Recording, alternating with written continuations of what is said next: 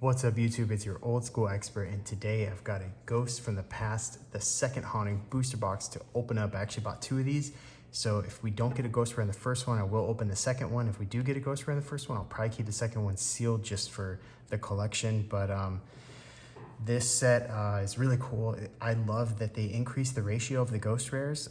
So they're still, somewhat rare, but they're not like crazy rare. And I'm really hoping to get a Blue Eyes White Dragon or a Red Eyes Black Dragon to go with this super awesome Dark Magician that I actually pulled from Ghost from the Past 1 from one of the boxes I bought from that set. So he's lonely, he wants some friends. But first I want to show you guys some really cool stuff. So this is a pure silver Yu-Gi-Oh coin. You can get these on atmex.com, and they are limited, I think, to 25,000. So there's a lot of them out there for these, and they're not too expensive. The price of silver has never really been all that high, but it's a really cool coin. It's in this little plastic case because silver can tarnish, and this is polished silver, so it will tarnish. So it's best to keep something like this in a plastic case.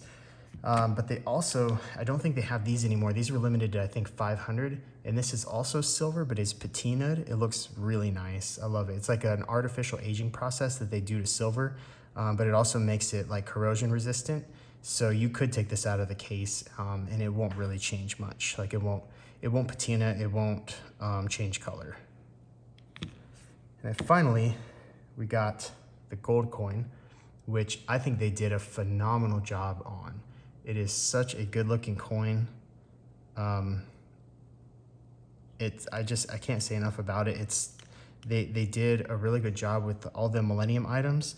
And then on the back, they've kind of got that like Shadow Realm stuff, kind of like the cards themselves have. So I think they did a pretty good job. They definitely were keeping in mind the cards when they designed it and the anime and stuff like that. So these are still available. They only made 125 of these. They are 1 ounce of pure gold, so they're kind of a little bit on the pricey side because gold is usually a lot more expensive than silver. In this case, I think these currently are around $2,000, but they go up and down with the price of gold. So really cool, very, very awesome coin. This I do keep in the case because it can scratch, because gold is soft, so it will scratch. So back in the case it goes. But head over to ATMEX if you're interested in purchasing any of these, see if they've got any available still. I think they're really, really cool coins. They're a nice tribute. They're officially licensed. They're not like bootlegged or anything. So without further ado, let's get going. Ghosts from the Past. It has been a long time since I've opened a modern product, just because they haven't been putting out too much stuff that I'm really interested in. And I really don't like the way they've done ultra rares lately. Just the foiling looks really cheap, looks really bad. But ghost rares still look amazing in my opinion, and so do ultimate rares. Unfortunately, they don't really do ultimate rares outside of OTS, so it's kind of sad. I wish they would do more ultimate rares. I'm not a big fan of the Starlight rares either, and the fact that they're so rare.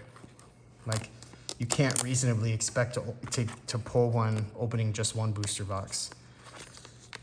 Especially because people will open a case until they get a Starlight, and then they'll sell off the rest of the boxes from the case that are almost guaranteed not to have a Starlight. So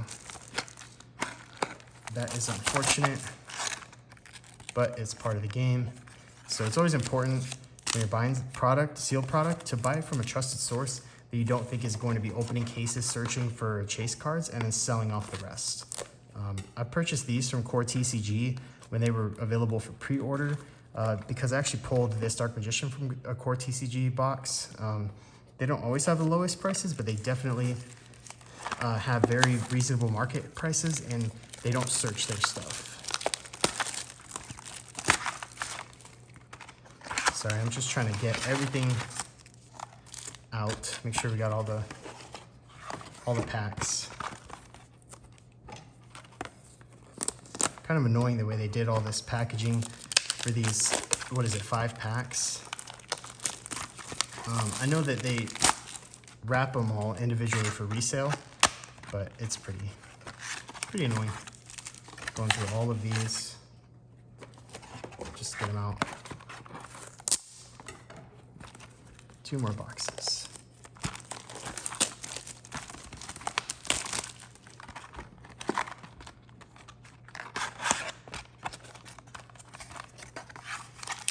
One more to go.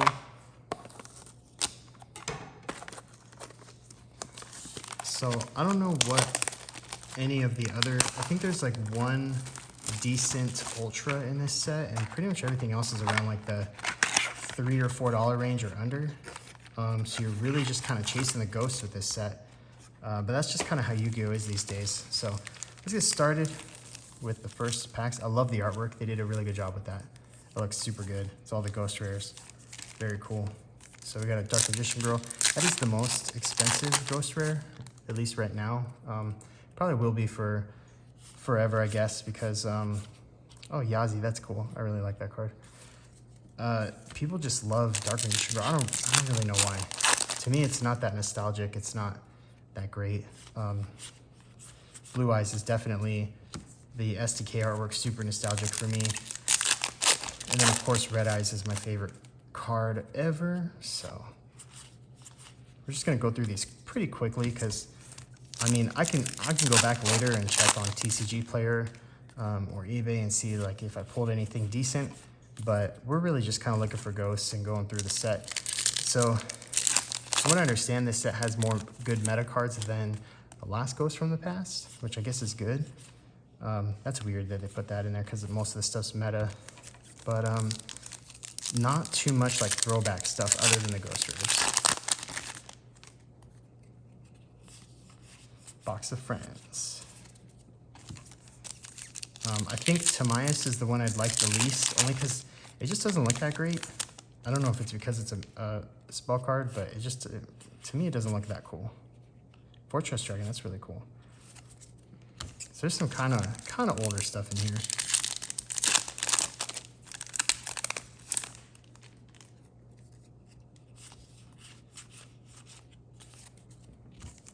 And currently, what's really nice is the price of ghost rares is falling significantly because people are opening them and pulling them. So they're not nearly as hard to pull from what I know what Ruxin said and a few other videos I've seen.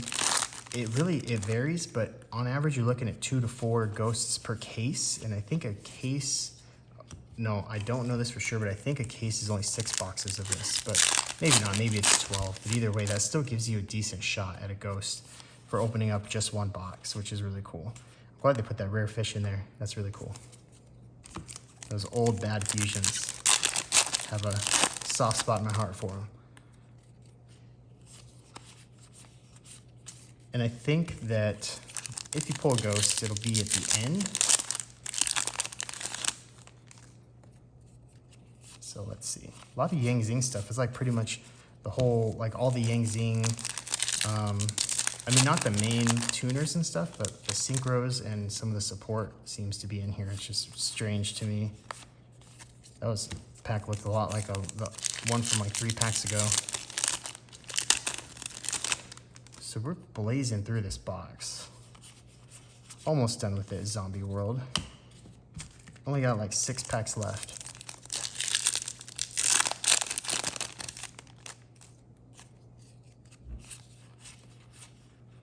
Nothing there.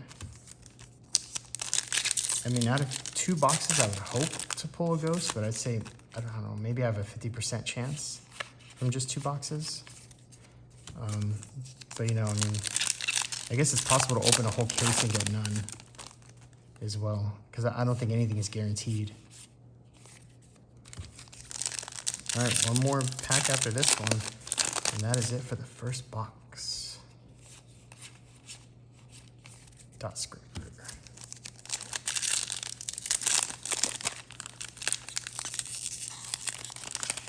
All right, last pack, first box. Master Hyperion, Vampire Grace, Galaxy Soldier. That's a decent ultra. Some Heavy Metal Avian, and then a Fossil Machine Skull Wagon. So no Ghost Rare in the first box, unfortunately. So let's open the second box and see if the fortunes change. so I'll try to make this as quick as possible. Maybe I'll actually do some editing and edit out all the pack opening stuff, like all the mini box openings. So nobody really wants to watch that, hear me babble about Ghosts from the Past. But I do think Konami did a good job with this set. I really, really do. In a time where, in my opinion, they've done so many things wrong, they got a lot right about this set. They got the artwork right for the Blue Eyes. I mean, that was huge, right? The last thing anybody, including me, who is an ardent supporter of the Blue Eyes artwork, we didn't want another Blue Eyes artwork. We just didn't. We didn't need it, especially for the Ghost Rare iteration of this card, which is pretty much the highest rarity bump it's ever had.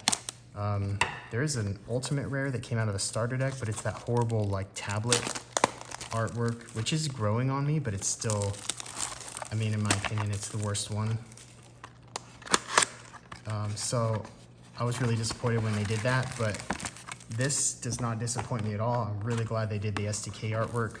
The only other artwork I probably would have preferred over that, and honestly maybe not, but I would say, so SDK is probably one of my favorite artworks because of the nostalgia. It just hits like no other. However, I think the best artwork, just overall best looking one, is definitely the Anniversary Pack edition. That one looks so cool, super clean. It's just simple, elegant, beautiful. The way they did that one, it looks so good. It's got the Anniversary Packs don't have the border around the artwork, which is kind of cool. Makes the artwork look a little bit bigger.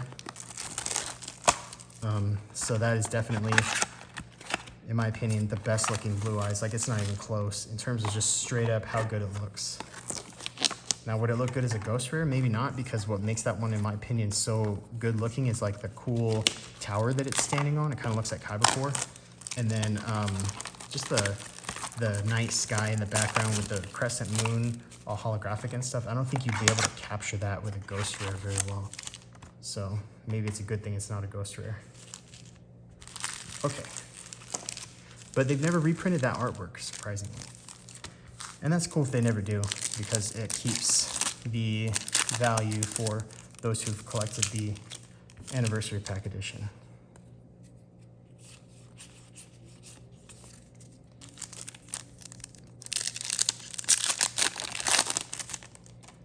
So let me know in the comments what you guys might like seeing in a third set, if they do a third one. I don't know. Konami does just the strangest things, so they really are not good at understanding the collector market. That's why I think it took them so long to get around to like reprinting the SDK artwork. And just, like I said, doing the right reprints and the right kind of printings. They just usually are terrible. They just face plant all the time. And it makes me wonder, like, are they in touch at all with the collector market? Because it's not just the meta guys that keep this, this game going. There are a lot of collectors out there that will collect modern stuff, especially when it pertains to the older stuff. So I feel like if Konami had a better grip on that, they'd probably be a lot more successful, sell way more product.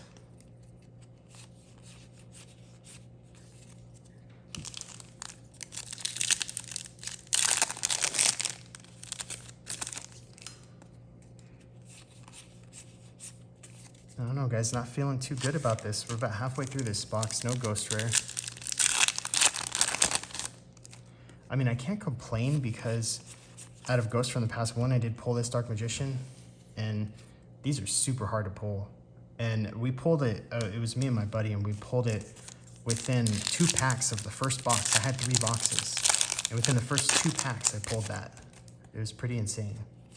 It was not on film, of course, because now that I'm filming, I'm not going to pull a ghost.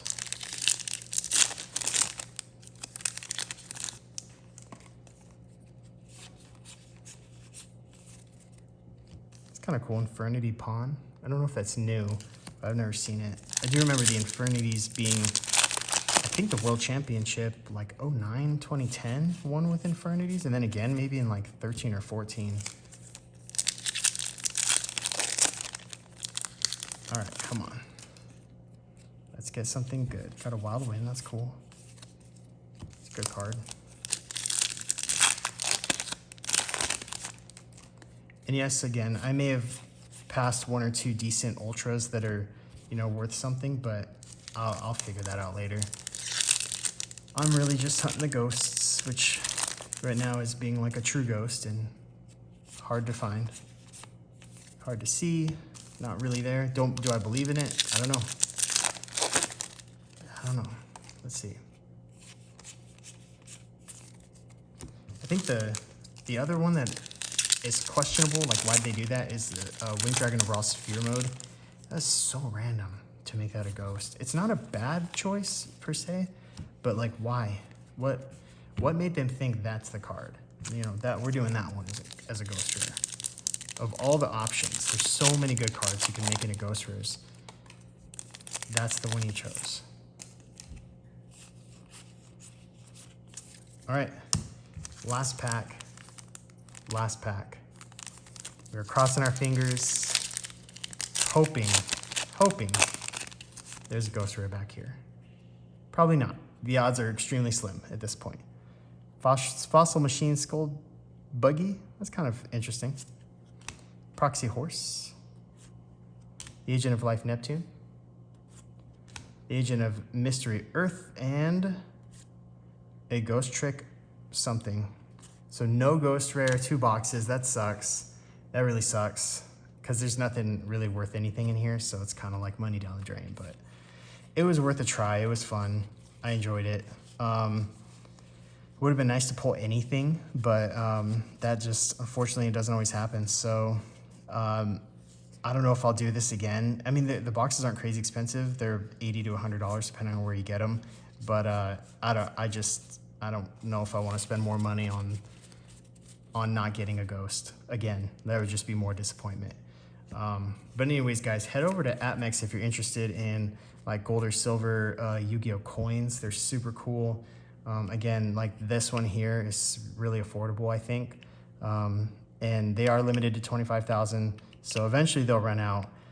And then these are limited to 125 if you're, you know, willing to drop some pretty solid cash on it. And these I think are sold out, but they limited this one to 500. So thanks for watching, guys. I hope y'all enjoyed it. Maybe next time we will add a buddy to this Dark Magician. He's all alone. He has no other ghosts to hang out with, which isn't true, but pretending it is. So thanks for watching, and stay tuned for more awesome Yu-Gi-Oh videos.